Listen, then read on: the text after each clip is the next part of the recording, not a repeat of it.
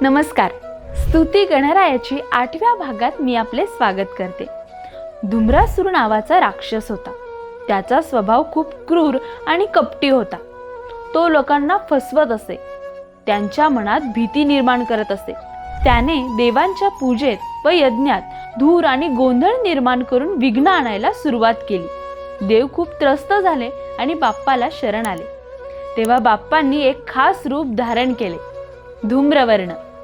या रूपात गणपतींचा वर्ण धूसर धुरकट होता, जणू काही धुक्याने आणि धुराने झाकलेला. त्यांच्या तेजाने संपूर्ण वातावरण उजळून निघालं.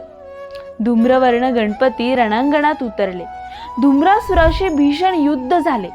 राक्षसाने सगळीकडे धूर आणि अंधार पसरवला, पण गणपती बाप्पाच्या प्रकाशमय तेजामुळे तो धूर नाहीसा झाला.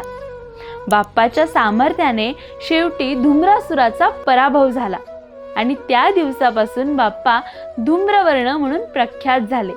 या गोष्टीतून आपल्याला ही शिकवण मिळते, धूर, अंधार आणि असत्य कितीही पसरलं तरी शेवटी प्रकाश आणि सत्याचाच विजय होतो. बोला गणपती बाप्पा मोरया.